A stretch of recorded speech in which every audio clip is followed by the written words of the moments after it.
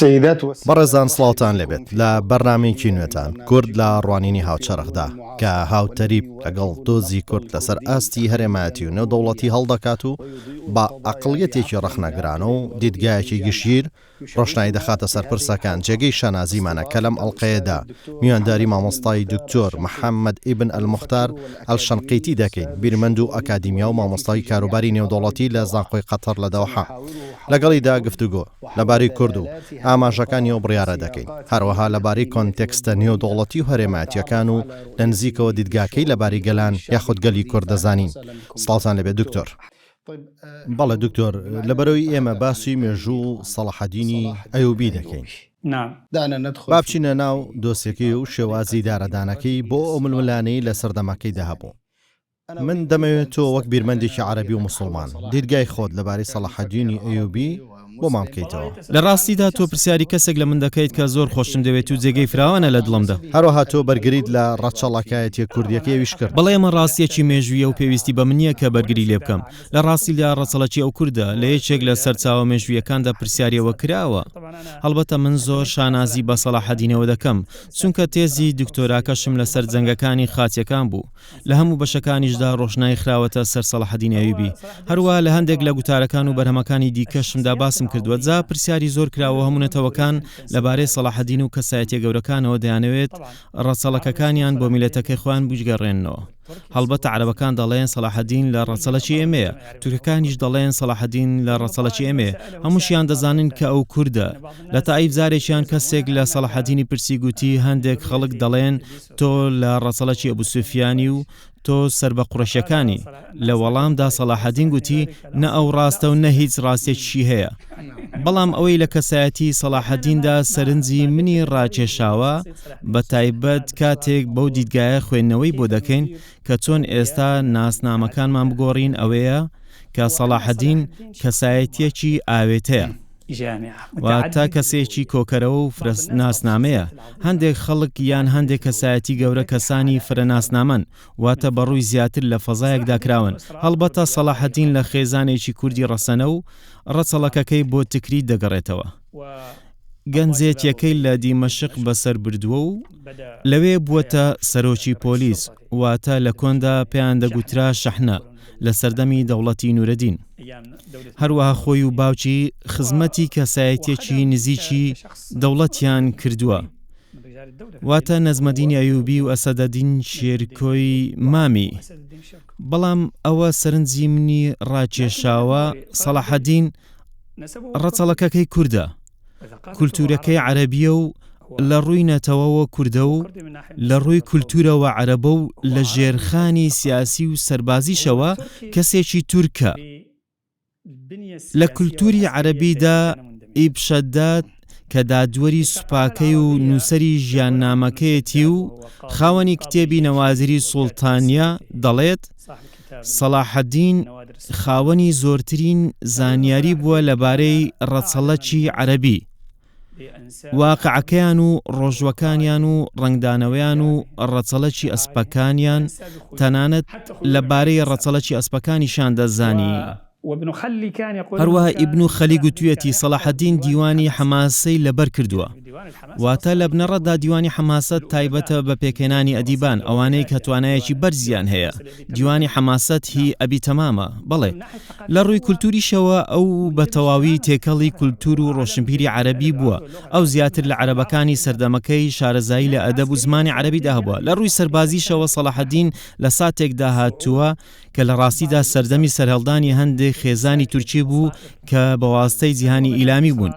لەوانەش خێزانی زەنگی کە باوکی دەستێکی بەسەر نورەدین و باوکی نورەدینەوە هەبوو. ئەو پەیوەندیانە هێدی بەهێز بوو تاوان لێ هات وەک یەک خێزان بن. هەڵبەتە نورەدین لە خێزانێکی زەنگی بوو واتە خێزانێکی تورک بوو. ئەیوبیەکانیش خێزانێکی کوردی بوون. بەڵام وەک یەک خێزانیان لێ هات بوو. بەر لەوەی نورەدین بمرێت و سەڵاحەدین ببێتە میراتگرەکەی فەرمانڕەوایەکی هاوبەشیان دەکرد. هەروەها ئەو عەرەبی خۆش دەویست و بەناو کولتورەکەیاندا چوو کوردی خۆشدەویست و چوە ناو کولتورەکەی، هەروەها تورکەکانیشی خۆشدەویست و بە ناو کولتورەکەیاندا چوو. تەنانەت عیمادی ئەسفەهانی نووسەریش چیرۆکێکی ناوازەی سەلاحەدین دەجێڕێتەوە و دەڵێت کاتێک چوینە حمص ئیبن دەحای شاعیر بە پیرمانەوە هات. ئەو شاعیرێکی عراقی مووسڵی ناسرا بوو. لە ڕاستیدا ئیبن دەحا پەیوەندی لەگەڵ فاتمیەکاندا هەبوو بەر لە کۆتایی هاتنی دەوڵەتی فاتمیەکان و بەردەوام ستایشی دەکردن. تورکەکانیش زەمی ئەویان دەکرد لەبەر ئەوەی نورەدین دوژمنی دەوڵەتی فاتمیەکان بوو. جا عیمادەدین ویستی ئیبن دەحا خەجاڵەتبار بکات. کاتێک گوتی ئیبن دەحای شاعیر بە پیرمانەوە هاتوو بە سوڵتانی گوت ئەمە ئەوەیە کە گوتبووی ئایا پێویستە ستایشی تورکەکان بکەم و بە دوای سێبەریاندا بگەڕێم لە کاتێکدا شعر هێشتا لای تورکەکان پشتگوێ خراوە. گوتی بەڵام سەلاحەدین 100 دیناری بە شاعیرەکەدا، بۆیە ئەویش گوتی تەنانەت ئەگەر شعر لەلایەن تورکەکانیش پشتگوێ خرابێت واتە لێرە سەلاحەدین بەر هەڵسکارانی تورکەکانیشی پاداش کردووە، نەیدەویست ئەو شاعیرە سەرزەنش بکات. جا ئەو کەسایەتیە ئاوێتە بوو وای کرد سوپایەکی زۆر گەورە و دەوڵەتێکی زۆر فراوان پێک بهێنێت و بچێتە ناو گەورەترین جەنگەکانی مێژوو. ئەویش ئەو جەنگە بوو کە قودس تێیدا لە دەستی خاچیەکان ڕزگرا کرا. تەنانەت لەبارەی سوپاکە ئەویشم خوێندەوە. بۆم دەرکەوت کە لە سوپایەکی ئاوێتە پێکات بوو لە 13 شارەوە هاتبوون. لەوانیش 3 شار لە تورکیا بوون، ئەوانیش ئۆرفا و دیاربەکر و ماردی بوون. هەروەها 2 شاریش لە عێراقن، ئەوانیش مووسڵ و هەولێر بوون. لە هەر یەکێک لەو شارانە سوپایەک هات بوو. هەروەها 4 شاریش لە سووریا بوون، ئەوانیش ڕەقە، دیمەشق، حەلەب و حەممە. هەروەها 2 شاری دیکەش لە ئوردن بوون کە شارەکانی عەمان و جەرەش بوون. لەگەڵ 2 شاری دیکەی میسر ئەوانیش قاهیرە و ئیسماعیلیان. واتە 13 شار کە بەسەر هیلالی ڕۆژهەڵاتی ناوەڕاستدا دابەش بوون لە میسرەوە دەست پێ دەکات و بەناو وڵاتی شام و ڕۆژاوای عێراقدا بەرەو وڵاتی ئەنادۆڵ تێدەپەڕێت. سوپای هەموو شوێنانە بە پیر سەلاحەدینەوە هاتبوون.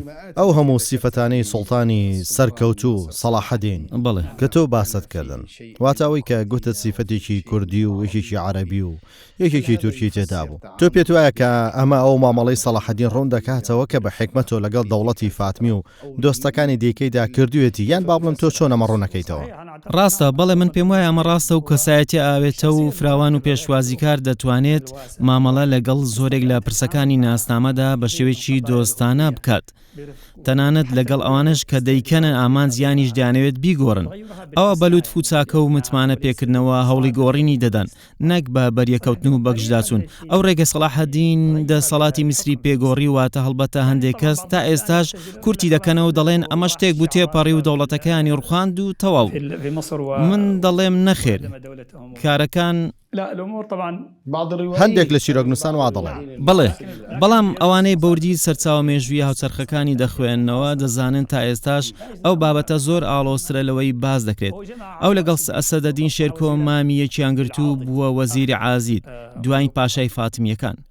دواتر ئەسەدەدین دوای 2-3 مانکۆچی دوایی کرد، ئینجا خۆی بۆ وەزیر. پاشان عازیدی جێهێشت و بۆ مایەکیش گوتاری بۆ نەدا. نورەدینیش پێداگیری کرد کە پێویستە گوتارەکەی لە بەرژەوەندی عەباسیەکاندا بگۆڕێت، واتە مردنی دەوڵەتی فاتمی ڕابگەێنێت. دەوڵەتێک بوو لە لێواری مردن بوو، پێگوت مردنەکە ڕابگەێنە و خۆت ئاسوودە بکە، بەڵام ئەو دەیگوت نەخێر، چونکە من نامەوێت ویژدانی خەڵکی مسر بەهەژێنم. واتە ئەو نەیدەویست کارێکی پێشوەختە بکات، ئەو دەویست بڕیاری سیاسی بە زمانێکی هاوچەرخ بێت و استراتیژیەکی لەبارەی تێدا بێت. ئایا ئەمەش لەژێر کاریگەری ئەوەدا نەبووە کە وەک هەندێک لە مێژوونووسان دەڵێن ئەو بەندەی شەریعەت بووە؟ بێگومان ئەو ڕەچاوی شەریعەت و خوێنی موسڵمانانیشی دەکرد. لەوەش گرنگتر درکردنی بوو بەوەی کاتێک گەل ڕوبەڕووی پێشێلکاریەکی دەرەکی دەبێتەوە بەرگەی ململانەی ناوخۆیەکان ناگرێت. واتە ئەگەر ئەو فشارە لەسەر فاتمیەکان بکردایە، بۆ نمونە فاتمیەکانیش پشتیان بە خاچیەکان دەبەست. ئەو کاتیش دەکرا کە هەموو ئەوەی نورەدین بەدەستهێناوە لە دەستی بدات. ئەویش ئەوەی نەدەویست، بۆیە ئەو لەو ساتە مێژوویە تێگەیشت بوو کە تێیدا دەژیا. دۆخی ئەو کاتیش لەو دۆخە دەچوو کە ئێمە تێدا دەژین. بۆیە من سوورم لەسەرەوەی ئەو ناکۆچیانەی ئێستا چ ناکۆچینەتەوەی یانیش مەزەبی تایفی ئێستا کاتی ئەو ناکۆچیانە نییە. تەنانەت کە پێویست دەکات دواتر هەر چارەسەریان بکەین، بەڵام لە کاتی پێشێلکارێت دەرەچیەکان ڕێگە بەوە ئەوە نادات کە لە ناوخۆشمان بکەوینە ململانێ. پێویستە جارێ بێدەنجیام بکەین و خۆمان لەگەڵی ڕابێنین تا ئەو کاتێ هەڕەشە دەرەچەکان کۆتاییان دێت. ئەو کاتە چی کێکێک لە لایەنەکان سوور بێت لەسەرەوەی کە پەلکێشی ئەو ناکۆکیەمان بکات کە ئێمە لەوان جیاوازین چ لە ڕووی مەسەبی یانیش نەتەوەیە هەندێک لایەن لەگەڵمان کەوتون. من لەگەڵەوەدانیم، من لەگەڵتم وەلەوە تێدەگەم کە چی دەڵێت. بەڵێ بەڵام تەنانەت ئەگەر واش بێت عەلی عەبدوڵڵا چی وتووە؟ ئەو گوتی براکانمان ستەمیان لێکردین. واتە بۆ نمونە تۆ ناتوانی کاتێک کەسێک هەڵبکوتێتە سەر ماڵەکەت و سەرپێچی لەسەر خاکەکەت و لەگەڵ گەلەکەت بکات تۆ هیچ بژاردەیەکی دیکەت نییە تەنها ئەوە نەبێت کە دەبێت لەگەڵیدا بزەمبیت تەنانەت ئەگەر ئەو کەسە برای تۆش بێت. بەڵام شەڕ لە پێناو ئاشتیدا واتە شەڕ بەنیەتی ئاشتی و کۆتاییان بە ستەمکاری. ئەمە شەر دەگەڕێتەوە بۆ ئەوەی کە سەڵاحەدین خوددا لێ ڕازی بێت دەیگوت خەڵک بە کردەوەکانی پێوانە دەکرێت نەک بە مەزهەب و نەتەوەکەی. ڕاستە یەکێک لە حکمەتەکانی مامەڵەکردنی سەلاحەدین لەگەڵ بۆ نمونە فاتمیەکانەوە بوو کە هیچ بەریەکەوتنێکی ڕاستەخۆی لەگەڵیان نەبووە. یەکەم ئەو وازی لە کارەکان هێنا و لە درێژەدان لەگەڵ نورەدین بەردەوام بوو. نورەدین دوور بوو لە دیمەشق تا مەزروی کۆتاییان بوو بەو دەوڵەتەی ماوەی 200 بووە پەڵە بەسەر دەوڵەتی عەباسیەوە. ئەو ترسی لە میسریش هەبوو کە ئەو دەوڵەتەش بەدەست خاچیەکانەوە بڕوخێت چونکە سەلاحەدین لە مەیدانەکە بوو ئاگاداری هەموو وردەکارێک بوو بۆ هێنەی دەویست پەلە بکات و دەویست بڕیارێکی پێگەیشتوو بدات. ئەو دەویست بەرهەمی بڕیارەکە بە کەمترین باج پێ بگات. ئەوەیە بیرکردنەوەی استراتیژی. بیرکردنەوەی استراتیژی ئەوەیە کە هەوڵەکان دەخاتە شوێنی خۆیان بۆ ئەوەی بەرهەمەکان بە کەمترین تێچوت پێ بگەن. لەوەشدا سەرکەوتوو بوو. دەزانیت ڕوبەڕووی فاتمیەکانە بووە؟ بەڵێ ئەوەیە کە دەمێت پرسیارت لێ بکەن چۆن لە دەوڵەتی فاتمی چوە دەوڵەتێکی سونی بە ڕشتن و بەریەکەوتن. بە دڵنیاییەوە هەڵبەتە ئەمە گزارشتە بۆ حکمەتێکی بەرزی سیاسی و ئاگاداربوون لە خوێنی موسڵمانان. بۆ نمونە ئەزهەر گرنگترین بنەماکانی ئاین لای فاتمیەکان ئەزهەرە. هەروە ئەوان ئازاریان دامەزراند و ناویاننا ناوەندی سکاڵا بۆ بڵاوکردنەوەی ئایدۆلۆژیای ئیسماعیلی. تەنانەت کاتێک لە کۆتاییدا سەلاحەدین گوتارێکی بە ناوی عەباسیش ڕاگەیاند لەژێر فشاردا بوو لەلایەن نورەدینەوە. دوایی هەفتەیەک عازت کۆچی دوایی کرد کە دوایین پاشای فاتمیەکان بوو. خەمێکی زۆر بە ڕوخساری سەلاحەدینەوە دەرکەت. ئەو گوتی ئەگەر بمزانی با ئەو دەمرێت گوتارەکەم نەدەگۆڕی. یەکێک لە کەسایەتە دیارەکان پێگوت ئەگەر گوتارەکەت نەگۆڕی با ئەوانە دەمر. بەڵام فەلسەفەی سەلاحەدین ئەوە بوو کە نەیدەویست بە گشتێکدا چوون ڕووبدات. دوای ئەوە تەنانەت دوای ئەوەی دەوڵەتی فاتمی بە یەکجاریش ڕووخا و گوتار بە ناوی دەوڵەتی عەباسی بڵاوکرایەوە و ئەو بوو حاکمی ڕاستەقینە. ئەو بەرهەڵستێکی ئەزهەری نەکرد لەبەر ئەوەی ئەزهەر ناوەندی فەرمی بوو بۆ ئەوی گوتاری تێدا پێشکەش بکات. نەخێر گوتی واز لە ئازار بێنن. ئەوە بوو بۆ ماوەیەک هەر بەدەست فاتمیەکانەوە مایەوە و ئەو گوتارەکەی بۆ عەباسیەکان لە مزگەوتێکی دیکە پێشکەش کرد. ئەویش وەک جۆرێک لە خۆگرتن لە پێناو بەلاوانانی بەریەکەوتن. ئەو کات فاتمیەکان دەستی باڵایان لە دەوڵەتی قوڵدا هەبوو. خەڵکانێک لەیانەوە سودمەند بوون واتە نەک تەنها شیعەکان بەڵکو لە سونەکانیش واتە لە دەستەبژێرەکانی قاهیرەش لە دەوڵەتی فاتمیەکان سودمەند بوون و ئینتیمایان بۆ هەبوو. هەندێکیش لەوان سونە بوون. بۆ نمونە فەقیع عوماری یەمەنی شاعیر کە چەندین هەڵبەستی بە دەوڵەتی فاتمیەکان داوە لە کاتێکدا خۆی سونیەکی سەر بە ئیمامی شافعی بەرهێنی ئەو خۆشەویستیە چی بوو؟ نهێنی ئەو خۆشەویستیە ئەوە بوو چونکە و ئاڵای ئیسلامی هەڵگر بوو خەمی موسڵمانانی بوو. هەروە بەرگری لە قودس کرد بە دیاری کراویش بەلای حیزازەوە کە ئیبن و جوبەیر لە گەشتەکەیدا وەک شاهێد حاڵێک دەیجێڕێتەوە. سەلاحەدین گومرجی هەڵگرت چونکە گومرگ لەسەر حاجیان زۆر گران بووە کە ئەمیرەکانی حیزاز بەسەریاندا سەپاند بوو. هەروە هەندێک هۆزی عەرەبی بەدەویش لەسەر ڕێگەکان ڕێگریان لە حاجیان دەکرد. بەڵام سەلاحەدین بە تەواوی ئاسایشی بەرقەرار کرد و تەواوی بازی گومرگەکانیشی لەسەر حاجیان لابرد. جا لەبەر ئەو لەبەر بەرگریکردنی لە ئیسلام خەڵکی حیزاز ئەویان زۆر خۆشویست. تەنانەت ئیبن جوبەیریش ئەوی خۆش دەویست هەرچەند چاویشی پێنەکەوت بوو کاتێک سەردانی دیمەشقی کرد.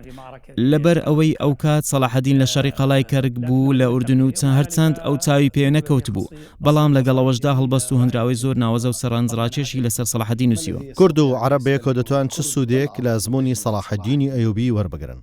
لە ڕاستیدا من پێم وایە سەلاحەدین کەسایەتیەکی ئاوێتە و ئیلهام بەخشە و پێویستە لە ڕوانگەی ئیدارەدانی ناسنامە جیاوازەکانەوە دیراسە بکرێت کە کێشە سەرەکی ئەم ڕۆمانە بۆ کورد و عەرەب و تورکیش ئیلهام بەخشە و پێویستە بۆ هەمووان ئیلهام بەخش بێت. کەسایەتێکی کۆکەرەوێ و چاودێری هەموو ئومەتی کردووە. کەسایەتێک بوو توانیویەتی ناکۆچیە نەتەوەیەکان و ناکۆچیە هەرێمایەتیەکان و مەزهەبیەکان تێپەڕێنێت و توانیویەتی وشەی ئومەت لە ساتەوەختی پێشێلکاریدا کۆبکاتەوە، وەک ساتی ئێستامان کە لە ناو پێشێلکاریەکان داین، واتە ئەمانە دەبنە دیراسە و توێژینەوەی گەورە و ئیلهامی گەورە. بە بڕایتر عەرەب و کورد دەتوانن ئەو وێنە چەق بەستووی ئێستا تێپەڕێنن کە لە مێژوودا بۆیان چەسپاوە. هەروەها ئەو ڕژێمە سیاسیانش کە ئەو وێنەی گەورە کردو و قۆڵی کردوێتەوە لە ڕووی ڕۆشنبیریەوە دەتوانن ئەگەر بیانوێت گرێکانی بکەنەوە و بە ڕاشکاوانە تاوتوێ بکەن، وەک دەشزانی هەندێک لە هاوڕێکانم لە ناویان هەندێکیش کوردن لە توێژینەوەکانیان هەستیان بەوە کردووە و پرسیاریان کردووە بۆچی بەم شێوەیە بووە، بۆچی ئاوا بووە. ئەمەش ماناوایە کە خەڵکانێک لە دژی ئەو وێنەیەن، جا ئەوەی لەسەرمان پێویستە ئەوەیە کە ئەو وێنەیە هەڵبۆشێنینەوە و تێپەڕێنین. تۆ ناتوانانی هیچ برینێک بە بێکردنەوەی برینەکە ساڕێژ بکەیت. جا یەکەم شت پێویستە بە ڕاشکاوانە قسەی لەسەر بکەین. بۆچی بە ڕاشکانەوە قسە بکەین؟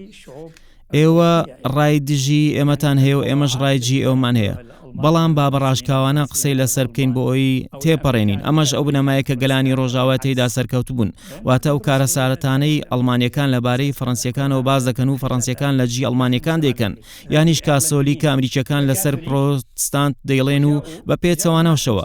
ئەگەر لە زانکۆی ئەمریکی لە تیکساس بخوێنیت دەزانیت کە لایەنگیری زۆر توند لەناو کۆمەڵگەی ئەمریکیە بووە. بۆ نمونە ئێرلەندیا کاسۆلیکەکان کاتێک هاتن زۆربەی کۆمەڵگاکان پرۆتستانت بوون و ڕەچەڵەکیان ئینگلیز بوون. ئەو کات لایەنگیری زۆر تونتر لە نێواندیا هەبوو. ئەو گاڵتەیان پێدەکرد و پێیان دەگوت پۆتێبس، واتە پەتاتەیانیش وەک ئەوەی کە فەڕەنسیەکانیش بە ئیتاڵیەکان دەڵێن سپاگێتی. جا جۆرێک لە لایەنگی هەر تێیداشە. هەڵبەتە هەندێک لە کولتوری میلەتی زۆر گرنگ نییە، بەڵام کاتێک دێ سەر دەستە بژێرەکانی بڕیار بەدەست، ئەو کات دەبێتە کێشە سەبارەت بە بەشی دووەمیش لە پرسیارەکەت. خراپترین شت پەیڕەوکردنی ئەو جۆرە ڕەگەزپەرستی و لایەنگیریە لەلایەن ڕژێمەکانەوە. ئەمەش لایەنگیرێکی دروستکراوە لەلایەن کەسانی یاساییەوە. بۆ نمونە کەسێک پێیان وایە هۆزەکەی لە هۆزەکەی دیکە باشترێ، یانیش دانیشتوی شارێک بۆ نمونە دەڵێن من دیمەشقم و لە دژی حەلەبیەکانم، یان منێکی دیمەشقی لە حەلەبیەک باشترم. ئەمە کێشەی ئاسان و پرسێکی دروستکراوی سادەی و زۆر گرنگ نییە، بەڵام کاتێک دەگۆڕێت بۆ ئایدۆلۆژیایکی سیاسی، بۆ نمونە وەک حزبی بەعەز کە گۆڕا بۆ حزبێکی فاشیستی، فاشیزمی سیاسی مەترسیدارە، چونکە ئامرازەکانی دەوڵەتی لەبەردەستە. باشە دەکرێت من بەرگەی ڕای تیۆری بگرم، با ڕایە تیۆریەکەت نەرێنیش بێت، ئەو کات ڕایەکت نەرێنی یانیش ئەرێنی بێت، هیچ زیانی بۆ من نیە. بەڵام کاتێک ئەو ڕایە نەرێنیە وەردەگێڕیتە سەر ئامرازێک بۆ سەرکوتکردن و دەوڵەت لە پێناو جیاکاری و ڕەگەزپەرستی نەتەوەی یانیش کولتوری بەدەستیەوە دەگرێت. هەڵبەتە ئەمە کارەساتە. لێرەشدا چارەسەری دیموکراتیەتە، واتە جگە لە دیموکراتیەت و فرەجۆری سیاسی و فرەکەلتوری و قبولکردنی فرەتەنەتەوەی هیچ چارەسەرێکی دیکە نیە. هەڵبەتە لەگەڵ ڕێزم بۆ وڵاتان، بەڵام هەموو وڵاتێکی نەتەوەی زمانی جیاوازی تێدا. دکتۆر کێشەکە ئەوەیە کاتێک هەندێک لایەن بۆ نمونە باسی ستەمکاری دەکەن، وەک چۆن تۆ باسی پۆڵ و ڕیزە جیاوازەکان کرد، یانی شوێنە دروستکراوە ئاڵ و گۆڕکراوەکان و حکومەکانی بە باشرزانینی هەندێکیان بەسەر هەندێکی دیکەوە. هەر کەسێک دێت کە باسی ستەمکاریەکانی دەرحەق بە کوردەکەن، تێبینیم کردووە ئەو ستەمکاریانە زۆر سادە و بچووکەکاتەوە. تۆ بۆ گەلانی عەرەب و کورد و بۆ دەستە بژێرەکان لەو بارەوە چی دەڵێیت؟ چی پێویستە لەسەریان بیکەن؟ واتە ئەگەر بمانێت بە خاڵ باسییان بکەین، ئەو پەیامەت چیەکە دەدەوێت پێیان بڵێیت؟ من بە گەلانی کورد و عەرەب و هەروەها تورکیش دەڵێم، چونکە نابێت تورکەکانیش لەبیر بکەین، چونکە ئێمە بە پارتی کرێکارانی کوردستان دەستمان بە گفتوگۆکەمان کردو، هەرچەندە ئەو بابەتە پەیوەندی بە تورکیاوە هەیە و پێشتری چەندین گوتارم لەسەر ئەو بابەتە نووسیوە کە پرسی کورد بە پلەیەک پرسی تورکیایە، ئەویش لەبەر هۆکاری دیمۆگرافی، چونکە نزیکەی نیوەی کوردانی جیهان هەوڵاتیانی تورکیان. من بە هەموو ئەو گەلانە دەڵێم فاشیەت شکست خواردووە و پێویستە تێپەڕێندرێت.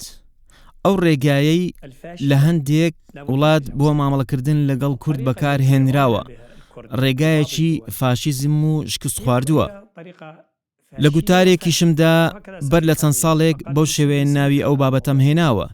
هیچ کەسێکی ژیریش نییە کە لە یەکادا کار بە فاشیەت و شکست خواردن بکات. ئێمەش وەک خۆمان گەلانی ژیرین و لە کارەکانمان بەردەوامین، چونکە فاشیەت لە ڕووی ئەخلاقیەوە کارەساتە و لە هەمان کاتدا لە ڕووی سیاسیشەوە کارەساتە. سیاسەتی حزبی بەعسیش وەک دەزانین خۆی حزبی بەعسی حزبێکی فاشیست بوو، بەڵام ئەوەی لەو بابەتە باشەکەی ئەوەیە کە خەریکە لاپەڕەکانی ئەو قۆناغەدا دەخرێن و پێویستە لە سەرمان بە ئاراستەی ئایندە هەنگاو بنێ. لێرەدا ئامۆژگاری دووەمیش ئەوەیە کە ئاڵوودەبوون بە ستەمکاریەوە دیاردەیەکی تەندروست نییە، واتە پێویستە تێپەڕێندرێت. نیشاڵ دەڵێت ناتوانین لە ژیان تێبگەین، تێگەیشتن تەنها بەگەڕانەوە نەبێت بۆ دواوە. ناشتوانین ئەو ژیانە زیندوو بکەینەوە تەنها بە پێشکەوتن نەبێت بەرەو پێشەوە، واتە ئێمە پێویستمان بووەیە کە گرێکانی ڕابردوو بکەینەوە و توێکاری بۆ لایەنگیریە ڕەگەزپەرستیەکان بکەین، بەڵام پێویستە درک بەوەش بکەین کە ڕزگارکردنی ئایندە گرنگترە لە سزادان لەسەر ڕابردوودا. ئەمەش یەکێکە لە گرنگترین وانەکانی سەلاحەدین. سەلاحەدین فاتیمیەکانی لەسەرەوە سزانەدا کە لە ڕابردووچیان بەرامبەر سونە کردووە، چۆن هەندێک جار هاوپەیمانێتیان لەگەڵ خاچیەکان کردووە، یانیش ئەو هەڵانەی کە زۆر جار ئەنجامیان داون ئەمە وێڕای ئەو هەڵە ئاینیانەی کەرکرد بوویان و جنێویاندا بە هاوڵانی پێغەمبەر سڵاوی خودایان لێبێ و زۆر شتی دیکەش. سەلاحەدین ئەوانی لەسەر ئەمە سزانەدا ویستی گەل بۆ ئایندە ئامادە بکات، ئەوەی چوو نابێت لەو ستەمکاریەدا بژین. بۆی کە جەنابەت ئاماژەت بە سەلاحەدین. من دەڵێم پێویستە ستەمکاری تێپەڕێنین. ئامۆژگاری سێم ئەگەر ڕێگەم پێ بدەیت ئەوەیە کە نابێ شتەکان جیا بکەینەوە. واتە ئەگەر من کوردێکی سووریا بم نابێت وا بکەم کە پرسەکەم پرسی کوردی سووریایە، بەڵکو دەبێت وا بکەم کە پرسەکەم پرسی هەموو سووریایە. واتە تۆ ژینگەیەک دروست دەکەیت کە ژینگەیەکی دادپەروەری و ئازادی بێت بۆ خۆت و بۆ بەرامبەرەکەشت. ئەگەر دەستی هاوکاریت بۆ ئانی دیکە درێژ کرد بۆ بنیادنانی ژینگەیەکی دیموکراتی کە تێیدا دەستەبەری مافەکانی مرۆڤ و حکمی یاسا و دادپەروەری و ڕێزگرتن لە کەرامەتی مرۆڤ کرابێت، ئەو کات هەموو شتێک تەواو مانای وایە تەنها خزمەتی خۆت نەکرد، بەڵکو خزمەتی ئەوانی دیکە و هەموو وڵاتەکەشت کرد. بەڵام ئەگەر هەر کەسێک بیر لە ستەملێکراوی خۆی بکاتەوە بۆ نمونە سونە بێت، دەڵێت لە ماوەی 15 ساڵە لێم دەکوژرێن و ماوەی 50 ساڵە جایەتیم دەکرێت و لە هەمویان زیاتر بامان گیراوم، ئەگەر چی ڕاستیش دەکات، چونکە ئەوانەی لە شۆرشی سووریادا کوژران زۆربیان سونە بوون و سونەکان بە ئامان گیرا بوون. بەڵام ئەو بەشەی باز لە ستەمکاری دەکات دەبێت هۆی ئەوەی بەریەکەوتن لە نێوان ستێملێکراوەکانیش ڕوو بدات. بەڵێ هەروەها دەوڵەتی ئەیوبی فەرمانڕەوایی باشووری یەمەن، ڕۆژئاوای عێراق، باشووری ئەنەدۆڵ، سەرانسەری شام و هەموو میسر و بەشێک لە لیبیایی کردووە، واتە ئیمپراتۆریەتێکی گەورە بوو. کورد لەو دەوڵەتدا زۆرینە نەبوون، بەڵام ئەو گەلانە لەو ڕوانگەیەوە سەریانە دەکرد کە ئێستا ئەمە سەیری دەکەن. ئەو گەلانە تەنها دەیانویست یەکێک هەبێت ئاڵای لا ئیلاهە ئیلەڵڵا بەرز بکاتەوە بەرگری لە ئیسلام کات. ڕوانینیان بەم شێوەیە بوو. بەڵام بەبێ ئەوەی نەتەوەکان یەکتر بسڕنەوە. نانا نەخێر، زۆر بە ئاسوودەیی لەگەڵ یەکتر دەژیان و هیچ کێشەیان لەسەرەوە بابەتە نەبوو. ئێمە مێژوویەکی دوور و درێژ پێکەوە ژیان و ژن و ژنخوازی و خزمایەتی و تێکەڵبوونمان لە پشتی خۆمان هەیە و ئەگەر ئەو یادگە مێژوویەمان نۆژبەت بکەینەوە دەتوانین ئێستا و داهاتووی لەسەر بنیاد بنین. ئەمڕۆ نۆژەنکردنەوەی ئەو یادگەی هەرکی ئێمەیە. بەرلۆی کۆتایی بە ماڵقەیە بهێنم، چونکە تۆ ئاماژەت بە زۆر شت کرد لەبارەی ئیسلام، بۆیە دەمەوێت بپرسم ئایا مەرجە لەسرم وەک موسڵمانێک دەستبەرداری نەتەوەی خۆم ببم بۆ ئەوەی ئیسلام بوونی من تەواو بێت؟ ئایا مەرجی هاتنی من بۆ ناو ئاینی ئیسلام ئەوەیە کە بڵێم من شەرکەسی یانیش تورک یانیش هەر نەتەوەیەکی دیکە یاخود کورد نیم؟ ئایا ئەمە ئەگونجێت؟ نەخێر، ئەمە لە هیچ کەسێک داواکراو نییە. ئیسلام بۆ ئەو نەهاتووە کە ناسنامەی گەلان ڕەت بکاتەوە، بەڵام ئیسلام هاتووە بۆ ئەوەی خوددا و پێغەمبەرەکەی خۆشەویستترین بن لەلایەن. بەو واتایەی ئەگەر ئیسلام لەگەڵ ناسنامەی نێتەوە یانیش هۆز و تیرێک ناکۆک بواە ئیسلام پێش نەدەکەوت. کەواتە بۆچی بەم شێوەیە؟ بەڵام زۆربەی جار هیچ ڕەتکردنەوەیەک نییە. ئەوەی تەواوە ئەوەیە کە تەواوکەری یەکتر بن.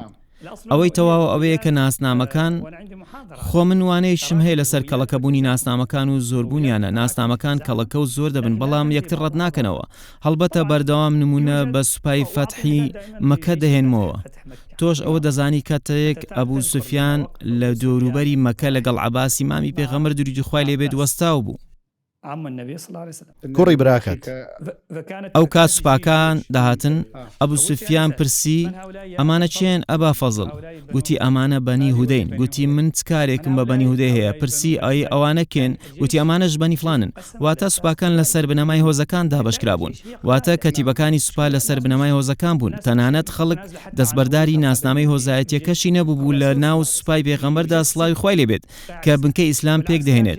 بە پێچەوانەشەوە سوپای فتوحات لە عێراق عومەر ئەندامانی هەر هۆزێکی لە شوێنێک کۆ دەکردەوە بۆ ئەوەی هەز لە کاتی شکست خواردنی هۆزەکان هەز بە شەرمەزاری بکەن. بەم شێوەیە لەگەڵ تامەزرۆیی ئاینی و دەمارگیری کۆمەڵایەتی کە لێرەدا مەبەست لە دەمارگیری کۆمەڵایەتی هێزە و دەتوانین بە ئەرێنی بەکاری بهێنیت و دەشتوانیت بە نەرێنی بەکاری بهێنیت.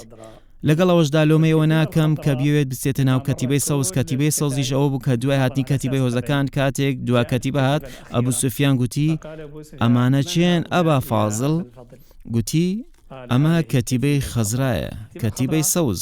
کەتیبەی سەوز لە پێغەمبەر دووری خوای لێبێت و ژمارەی کۆچبەر و لایەنگیری پێکات بوو کە سەر بە هیچ هۆزێک نەبوون. جا دەکرێت هەندێک خەڵک لەسەر ئاستی ناسیۆنالیزمی خەڵکی و بەها باڵەکان بەرز ببنەوە، بەڵام ئەمە حاڵەتی کەمە و ناتوانین بەسەر گەل بەگشتیدا بگشتێنین، چونکە گەل بەگشتی لە سوپای فەتح باشتر نەبوون.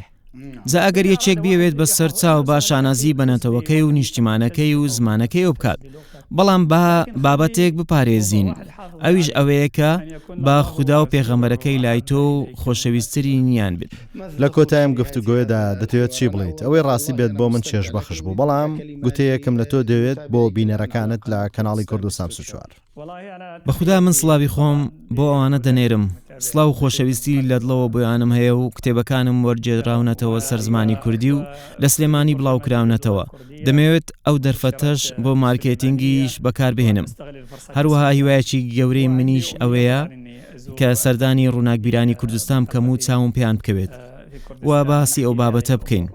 ئامۆژگاری منیش ئەوەیە کە بەو پەڕی ڕاشکاویەوە دەیڵێم کورد هەمیشە بەستەری ئەم ئومەتە بوونە و هەرواش دەمێننەوە. ئەو بەیەکەوە بەستنەش پێویستە درک بە نرخ و بەهای خۆی بکات بۆ ئەوی بتوانین هەموو کێشەکان بەیەکەوە چارەسەر بکەین. زۆر سوپاسە دەکەم، هەروەک سوپاسی ئەوانەش دەکەم کە لەم گفتوگۆیە دەوڵەمەندەدا لەگەڵمان بوون کە بیرمەند و دکتۆر محەممەد ئیبن موختار ئەڵشەنقاوی داهێنانی تێدا کرد و خاڵی لەسەر پیتەکان دانا. بەدەست پێکردن لە مێژوو تا دەگاتەوە ساتی ئێستا و ڕاگەیاندەکانی پارتی کرێکارانی کوردستان بۆ وەستاندنی شەڕ و کارکردن لەسەر ژیانی مەدەنی و ئاشتیانە. زۆر سوپاسان دەکەم و لاڵقەیەکی دیکەدا بە دیدارتان شاد دەبینەوە و سڵاو و ڕەحمەتی خوداتان لێبێت. زۆر سپاس بۆ تۆش دکتۆر. سپاس بۆ ئێوە. خدا سەلامەتك. حياكم الله.